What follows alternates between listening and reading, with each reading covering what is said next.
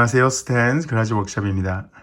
이번에 소개시켜드릴 제품은 바리스타 허슬이라는 회사에서 만든 오로컴 에스프레소 WDT 디스트리뷰션 툴과 놈코어라는 회사에서 나온 58mm 에스프레소 커피 템퍼 버전 4.1을 소개시켜드릴까 합니다.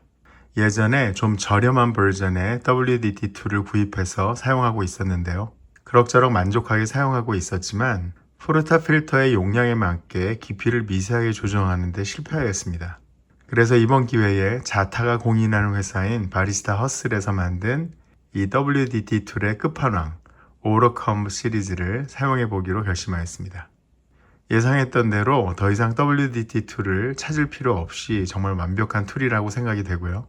또 이 놈코어라는 회사의 에스프레소 커피 템퍼를 따로 구입하게 된 이유는 지금 보시는 것처럼 이 템퍼 바닥에 있는 이 패턴이 커피의 좋은 추출을 방해하는 채널링을 막아주는 데 아주 큰 효과가 있다고 익히 들어온 바가 있어서 이번에 한번 시도를 해보기로 결심하였습니다.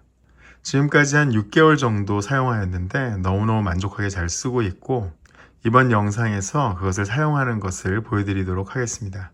하지만 말씀드릴 수 있는 것은 이러한 도구들이 결과적으로 커피의 맛을 바꿀 수 있는 부분은 저는 5% 미만이라고 생각을 합니다. 그런 점들을 감안해서 영상을 봐주셨으면 감사하겠습니다. 자, 오늘은 놈코어라는 회사에서 만든 스프링 로리드 템퍼와 그 이름도 유명한 바리스타 허슬이라는 회사에서 만든 오로컴 이 두 제품을 소개해 드리도록 하겠습니다. 먼저 이 템퍼부터 언박싱을 해보면 간단한 구조에 대한 설명서가 있고요. 그 다음에 바로 템퍼가 이 밑에 들어있는데 그래요. 여기 뭐가 들어있는 것 같긴 합니다.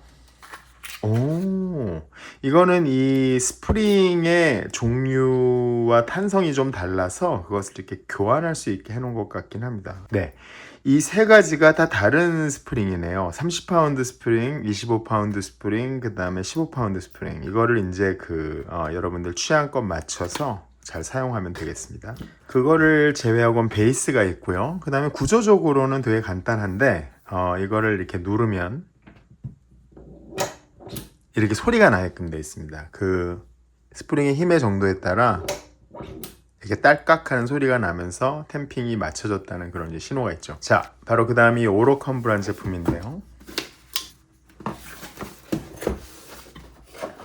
이 바리스타 허슬은 따로 설명을 드리겠지만 사실은 제가 커피를 처음 시작한 10여 년 전서부터 이 바리스타 허슬이라는 회사를 만든 분이 되게 유명하신 분입니다.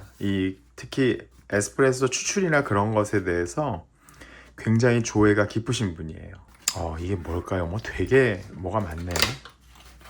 무슨 툴이 나오네요. 여기 바늘, 이건 스페어 바늘이 아닐까 생각이 되고 이거는 헥스 렌치들이고 이거는 또 이 바늘 높이나 이런 것들을 조절하는 기능도 있지 않나 그런 생각이 살짝 드는데 우와 어메이징 하지 않습니까? 여기 이제 밑에 바늘이 있어서 이게 물론 이렇게 돌아가는 건 맞는데 지금 보면 이 침칠봉이 붙어있는 이 패턴이 되게 재미있습니다. 이게 과학적으로 어떤 근거로 이런 패턴을 가지게 되었는지 모르겠는데 아무튼 여러분들이 상식적으로 생각해보면 저희들이 침을 이렇게 WD2를 돌려서 섞을 때 그것도 저희가 특정 패턴으로 그거를 다르게 하지 않으면 역시 같은 방향으로 섞이게 되어 있겠죠. 그럼 비록 바늘로 섞었다고는 하지만 결국은 같은 패턴을 안에 만드는 그런 일을 반복하게 됩니다. 이거는 그 바늘의 패턴을 여러분들이 잘 보시면 그런 것을 만들 수 없는 그런 구조로 되어 있습니다. 이런 것도 되게 똑똑한 것 같고요. 이것으로 이렇게 자석으로 되어 있는데 여기 보시면 이렇게 높이를 조절할 수 있게 되어 있네요. 딱딱 스냅이 되게 그렇게 되어 있고요. 참고로 이거는 58mm, 그러니까 58mm 전용 WDT 툴입니다. 자, 이제 한번 설명서와 함께 써보도록 하겠습니다.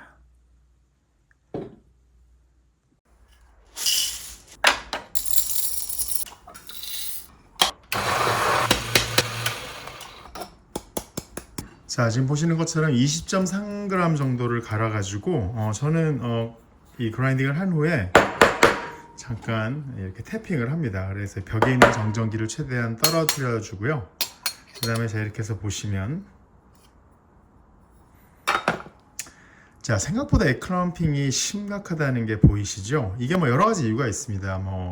그 로스팅에 관련된 문제가 있을 수도 있고, 아니면 그라인더가 이제 저처럼 좀 노후해져서 이게 여간 좀 조이지 않고는 추출이 잘 안 되기 때문에 더 입자가 고와져서 이렇게 뭉치는 현상이 있을 수도 있고요. 자, 그래서 이것을 이 상태 그대로 이 BH WDT2를 사용해서 이것을 풀어보도록 하겠습니다.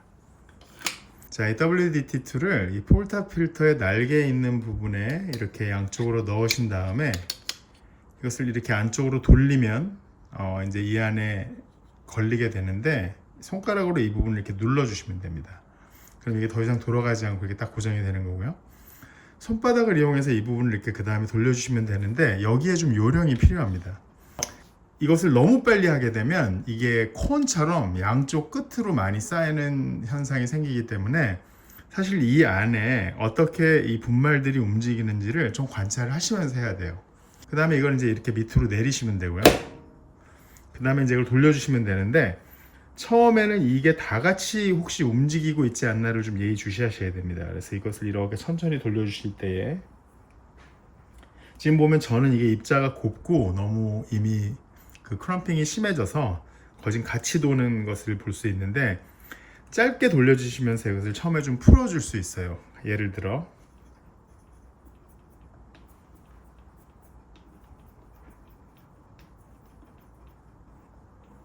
이것을 살짝씩 돌려주면서 이렇게 풀어줄 수도 있고요. 가장 중요한 거는 뭐 특별히 공식이 있는 건 아니지만 이 안에 지금 분말들이 어떻게 포밍되고 움직이고 있는지를 좀 보시면 됩니다. 그래서 지금 보시면 저 같은 경우는 이렇게 반대 방향으로 해주기도 하고요. 왜냐하면 이게 이제 가장 안 좋은 게, 이거를 계속 이렇게 빨리 돌려주시면 이게 바깥으로 이렇게 쌓이는 현상이 생겨요. 뭐 그래도 너무 걱정은 안 하셔도 되는 게, 그 다음에 이거를 이렇게 저 같은 경우는 살짝 흔들어 주면 됩니다. 그러면 어느 정도 리셋이 되거든요. 그러면 이 상태에서 다시 한번 천천히, 이제는 어느 정도 배분이 되어서 이게 이제 그 따로 돌지 않고 안에 이 바늘이 잘 움직이는 게 보여지거든요. 그러니까 인터넷에 보면 뭐 이것을 천천히 하고 뭐 여러 가지 테크닉들이 있는데, 그건 얼마나 이 크럼핑이 심한가에 따라서 좀 여러분들이 느끼시면서 하시는 게 제일 좋을 것 같습니다. 자, 이게 어느 정도 됐다고 생각하면 이 바늘을 먼저 빼주시고 그 다음에 이거를 분리해 주시는 게 좋습니다. 자, 그러면은 제가 보기에는 어느 정도 잘 된 것 같고요. 그러면 제 디스트리뷰션 툴로 한 10번 정도 돌려주고,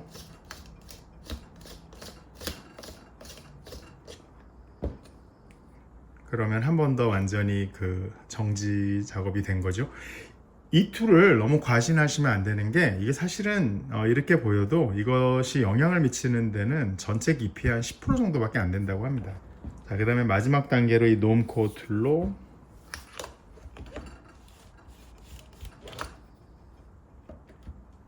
탬핑을 해주면 여기 이렇게 아름다운 패턴이 형성되는 게 볼 수 있죠.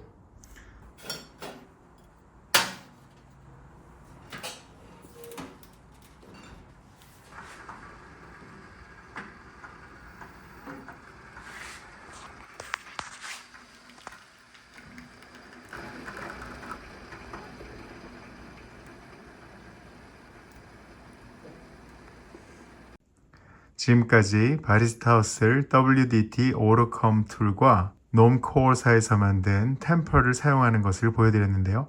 결론부터 말씀드리면, 이러한 툴들이 에스프레소 추출 과정에 있어서 많은 향상을 주는 것은 사실이지만 6개월간을 사용해 본 결과 많은 부분이 여러분들의 경험에 달려 있다는 것을 알 수 있었습니다.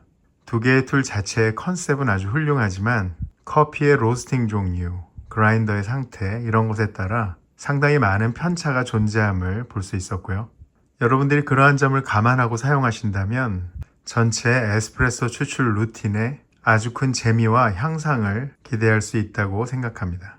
오늘도 부족한 영상을 봐주셔서 감사드리고 다음에 더 좋은 영상으로 찾아뵙겠습니다. 감사합니다.